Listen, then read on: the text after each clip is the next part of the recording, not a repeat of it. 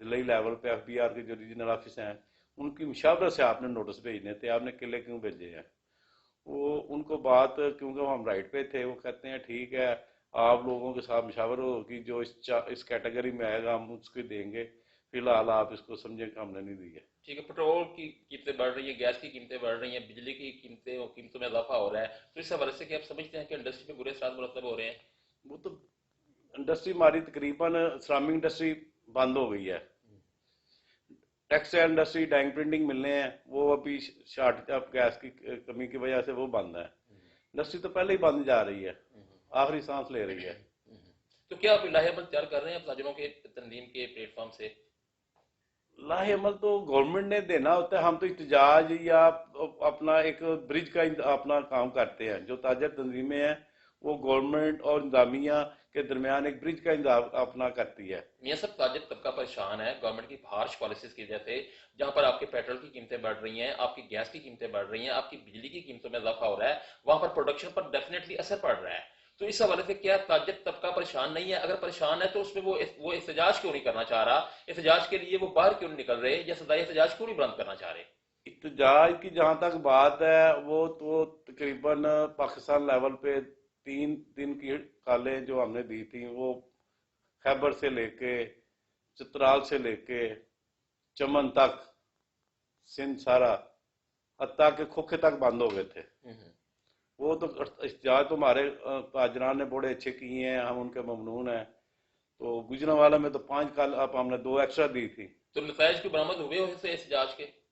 بس وہ کالیں کرتے ہیں، FBR اور اسلام آباد بلاتے ہیں، گورنمنٹ کے نمائندے بلاتے ہیں، پیچھے عمران خان صاحب نے بلایا ہوا تھا، وہ اپنی ریزن دیتے ہیں کہ ہماری یہ مجبوری ہے۔ ہمارا گجرانوالہ میں جب میں شوکت خانہ اسپتال بنا تھا، گجرانوالہ کے تاجروں نے سب سے زیادہ فنڈ ریزنگ کی تھی۔ آپ بھی، آپ کی مہربانی ہے۔ اچھا، کیا آپ مجھے یہ بتائیں کہ آپ مجھ سے متفق ہیں کہ تاجروں کی خاموشی اس بات کا ثبوت ہے کہ وہ موجودہ حکومت کی معاشی پالیسی سے متفق ہیں؟ نہیں، متفق نہیں ہے۔ وہ ہماری طرف دے رہے ہیں، ہم ان کی طرف دے رہے ہیں، لالی پاپ چاہ رہے ہیں۔ ہم تاجروں کو لالی پاپ دیتے ہیں، اپنے دوستوں کو گورنمنٹ ہمیں دیتی ہے۔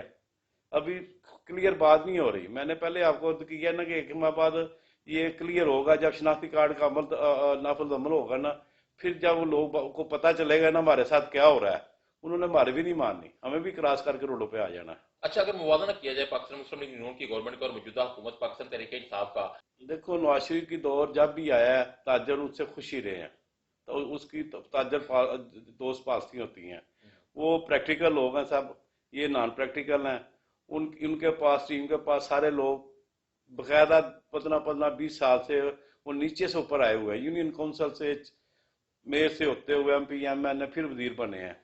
تو افسوس کی بات ہے، PTI کی گورنمنٹ میں 1 یا 2 کے علاوہ کوئی کسی دور میں یونین کونسل کا چیئرمین نہیں رہا، کوئی شہری سیاست میں نہیں رہا، کوئی یونین لیڈر نہیں رہا، وہ ڈائریکٹ وزیر بن گئے ہیں۔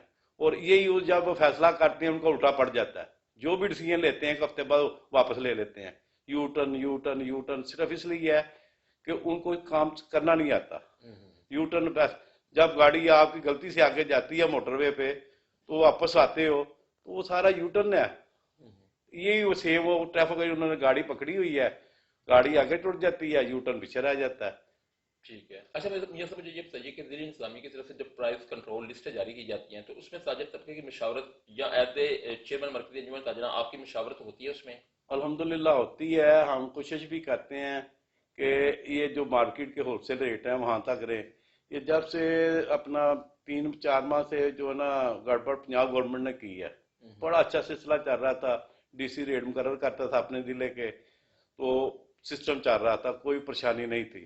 جب سے یہ گورنمنٹ پنجاب نے پنگا لیا چینی کا، آٹے کا اور گھی کا، اس وقت سے سارے پاکستان میں نا ہنگامہ ہوا ہے۔ یہ کیسے ممکن ہے؟ یہ 300-350 کلومیٹر کا ہمارا GT روڈ ہے، پنجاب کی جگہ ہے، 1 ریٹ پہ گھی بکے، 1 ریٹ پہ آٹا بکے، چینی بکے، ممکن ہی نہیں ہے۔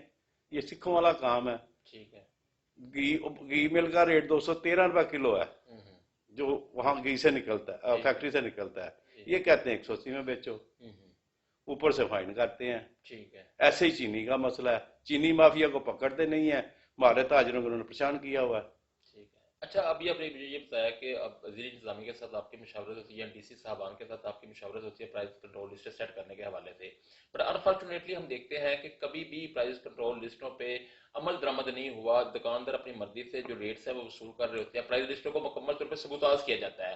کیا آپ اس بات سے اتفاق اس کریں کی گے؟ وجہ یہ ہے کہ ہم تو سمجھا کے تھک گئے ہیں یا ہمیں سمجھانا نہیں آتا کہ آپ جو یہ روڈ مقرر کر رہے ہو یہ تو ہول سیل مارکیٹ کا ریٹ ہے، آپ ریٹیل میں لے کے فٹ کر رہے ہو، 1 روپے مارجن دیتے ہو ریٹیلر کو. یہ کیسے ممکن ہے؟ ایک امپورٹر ہے یا ہول سیلر ہے، وہ اس سے آگے ہول سیل والا خریدتا ہے، ہول سیل سے پھر وہ 5 10 20 کلو محلے کا دکاندار لے کے جاتا ہے، اس میں شاپر لگتے ہیں، محنت ہوتی ہے، مزدوری لگتی ہے، پھر اس نے بھی پرافٹ لینا ہے 3 گھروں سے ہو کے پھر کسٹمر کے پاس جانا ہے، 1 روپہ پرافٹ کہاں سے آئے گا؟ ٹھیک ہے. اچھا بھیا صاحب، مجھے یہ بتائیے کہ جی روڈ پہ بالعموم اور اندرون شہر بالخصوص تجاوزات کی بھرمار ہے، جس کی وجہ سے ٹریفک بھی شدید متاثر ہے، جو راہگیر ہیں، جو پیدل چلنے والے افراد ہیں، ان کو بھی شدید مشکلات کا سامنا کرنا پڑتا ہے. ہم نے کئی بار دیکھا کہ ٹریفک گھنٹوں جام رہتی ہے. اس حوالے سے آپ کیا کردار ادا کر رہے ہیں؟ کیا تاجروں کو آج خود تجاوزات ختم نہیں کر دینے چاہیے؟ اور آپریشن بھی ہم نے دیکھے ہیں، کارپوریشن کی جانب سے بڑے آپریشن بھی ہوتے ہیں، کل وہ وقتی طور پہ ہوتے ہیں لیکن پھر اس کے ساتھ وہی صورت کریٹ ہو جاتی ہے. کل ہمارے سی ٹی او صاحب سے میٹنگ ہوئی ہے، بڑی تفصیلی 1.5 2 گھنٹے کی میٹنگ ہوئی ہے کروچمنٹ کے حوالے سے، ٹریفک کے حوالے سے. وہ بات بس ایک ہی ہے، 1 گھنٹے بعد وہی رزلٹ نکلے گا. نہ ہمارے دکاندار کروچمنٹ پیچھے کرنا چاہتے ہیں، نہ کارپوریشن کے آفیسر اپنا، ان کا بھی فائدہ ہے، ٹریفک کا وارڈن کا بھی فائدہ ہے. یہ سب اپنے اپنے فائدے کے لیے جو نا سلسلہ چل رہا ہے. اچھا کوئی آپ بھی نہیں چاہتا کہ ہم پیچھے ہٹے. ہم تو کیا کہ آگے ہم آپ بازار میں آئیں کروچمنٹ ختم کریں، ہم کسی کی سفارش نہیں کریں گے. اور آج تک کسی کروچمنٹ کے سلسلے میں آج تک کسی کی سفارش نہیں کی کہ اس کو جرمانہ ہوا معاف کر دو. ٹھیک ہے، صحیح ہے. پولیس امر کمیٹی کے ممبر بھی ہیں آپ، ہاں جی. تو اس حوالے سے سر کیا کردار ادا کر چکے ہیں اور کر رہے ہیں آپ؟ پولیس عمل کمیٹی کا ان کروچمنٹ کے حوالے سے تو مسئلے نہیں ہوتے. وہ ایسے ہوتا ہے کہ جب پولیس اور جو جہاں کوئی لڑائی چل رہی ہے کسی سیاسی جماعت کے ساتھ یا مذہبی جماعت کے ساتھ، وہ پولیس اور انتظامیہ کی انڈرسٹینڈنگ ختم ہو جو گئی ہے. دھرنا بھی ہوا تھا لاسٹ ٹائم چندہ قلعہ میں ہم نے دیکھا تھا، جی جی. اس حوالے سے آپ نے کیا کردار ادا کیا؟ الحمدللہ اللہ نے مجھ سے بڑا کام لیا تھا. شہر کے بہت بڑے علماء کرام کے وفد ڈی سی صاحب اور سی پی او صاحب بھیجتے رہے ہیں، وہ سارے ناکام آتے رہے ہیں، بندہ نہ چیز کی ڈیوٹی لگی. الحمدللہ میں نے جا کے ان کو ریکویسٹ کی، پھر انہوں نے، ان کا اللہ نے جب عزت دینی ہوتی ہے تو میں تو اپنی بہادری نہیں سمجھتا، انہوں نے جناب سرکاری گاڑیوں کی انٹرسٹ دے دی، آکسیجن کے جو پیچھے کنٹینر کھڑا تھا ہاسپٹلوں کے لیے وہ دے دیا. 3 دن میں سارے آکسیجن کے سلنڈر ختم ہو گئے ہوئے تھے. سبزی کے 12 14 ٹرک خراب ہو رہے تھے، وہ بھی انہوں نے جانے دے دیے. ایمبولینس کی اجازت لاہور کے لیے دے دی. الحمدللہ اللہ نے میں سمجھتا ہوں کہ اللہ تعالیٰ نے مجھے عزت دی تھی. جی ٹھیک ہے.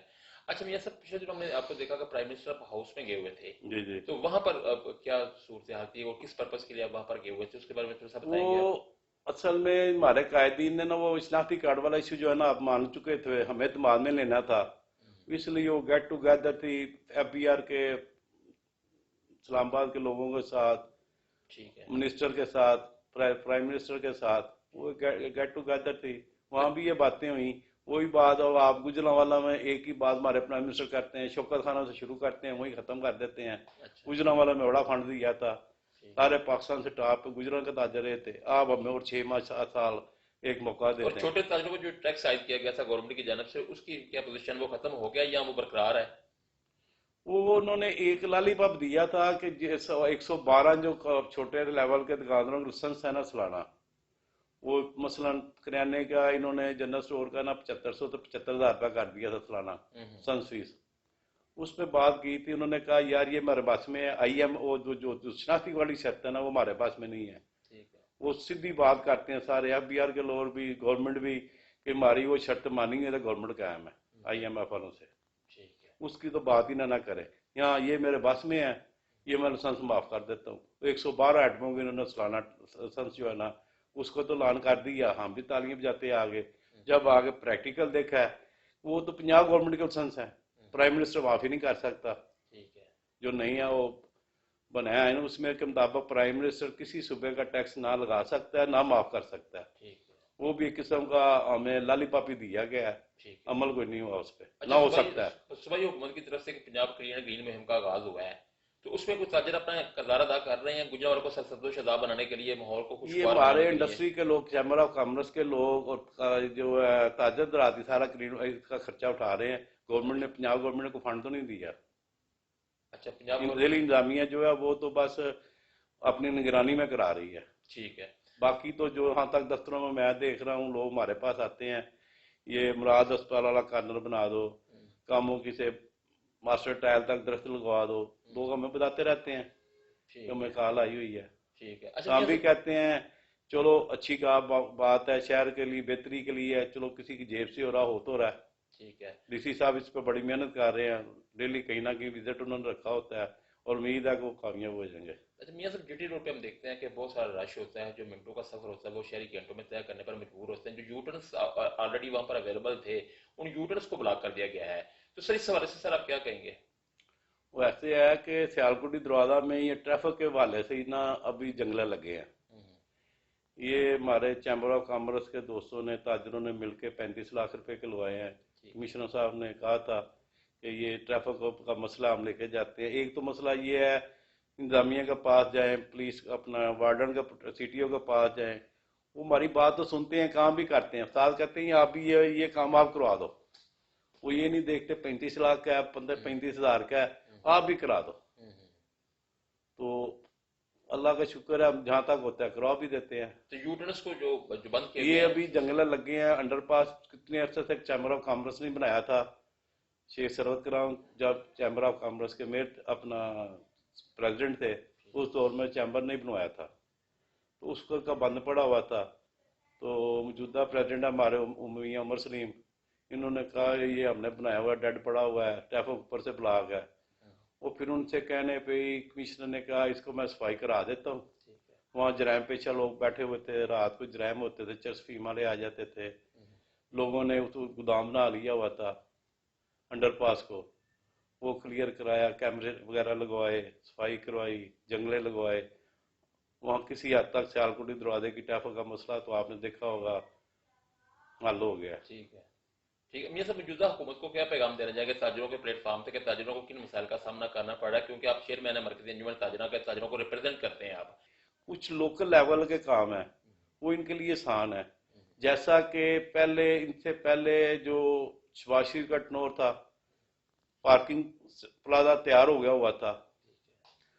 عامر جان صاحب اس کو ڈی سی او تھے، تو ہماری ریکویسٹ پہ انہوں نے کہا بلڈنگ تیار ہوئی، آپ ٹھیکے پہ جب تک دیتے استعمال میں نہیں آتا ہمیں جہاں گاڑی کھڑی کرنے کی اجازت دو.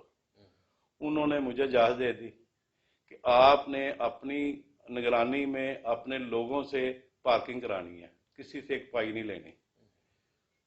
پنجاب گورنمنٹ نے بھی اجازت دے دی. وہ الحمدللہ 2 سال پارکنگ کی جو ہے نا پلازا جو ابھی 1,63,00,000 میں جس کا ٹھیکہ چل رہا ہے، وہ بالکل فری 2 سال میں نے چلایا. اپنے لوگوں کو اپنے پاس سے پے دی ہے، اور کسی کو مسئلہ مسائل نہیں ہونے دیا. سب لوگ خوش تھے. 350 400 500 گاڑی ڈیلی کھڑی ہوتی تھی. بڑا اچھا سسٹم تھا. الحمدللہ اللہ نے ہمیں کامیاب کیا، سرخرو کیا. جب بعد میں یہ گورنمنٹ بدلی ہے، نیب وغیرہ آ گئی ہے، کئی ہمارے جو دوست ہیں، ہمارے سجن ہیں، انہوں نے اپلیکیشن دے دی، انہوں نے بڑے پیسے کمائے ادھر سے نیب میں. پارکنگ پلازا 2 سال چلاتے رہے ہیں. نیب والوں نے بلایا گجرانوالہ میں، پیش ہوئے. ہم نے کہا جی کوئی ایک بندہ شہر میں کہہ دے کہ میں نے فیس دی تھی، کوئی ٹکٹ دی تھی 20 روپے، جو چور کے حساب میں دے دینا. الحمدللہ لے ہی نہیں تھے، ہمیں ڈر ہی نہیں تھا. وہ اپلیکیشن واپس ہو گئی. ابھی تازہ جو واقعہ ہوا ہے، ایک تو یہ بہت بڑا فراڈ ہے. کہتے ہیں 30 روپے میں گاڑی کھڑی کرو ڈیلی، ایگریمنٹ ہے ٹھیکیدار کے ساتھ. دوسری طرف 1,63,00,000 کا ٹھیکہ دیتے ہیں. میں کہتا ہوں 500 گاڑی کھڑی ہو نا، 365 دن کھڑی ہو، 30 روپے لے، وہ 18 لاکھ روپے بنتا ہے. کیلکولیٹر مار کے دیکھے، کمشنر صاحب کو میں نے کہا تھا. بالکل صحیح. 18 لاکھ اس کا اوپر خرچہ آتا ہے. 10 سے 12 بندے ادھر ڈیوٹی دیتے ہیں. اس کے 9 فلور ہے، 2 نیچے ہیں، ایک بیسمنٹ میں، ایک گراؤنڈ فلور ہے. 10-11 فلور پہ 10-12 بندے ڈیوٹی دیتے ہیں، کم سے کم، اس سے وہ زیادہ ہی دیتے ہیں. اس کی تنخواہیں، اس کے کھانے پینے نکالو، 18 لاکھ اور ڈالو، 36 لاکھ. ٹھیکیدار جو ڈیوٹی کر رہا ہے اس کو 12 لاکھ رائٹ بنتا ہے. یہ 50 لاکھ سے اوپر ٹھیکہ نہیں جانا چاہیے تھا.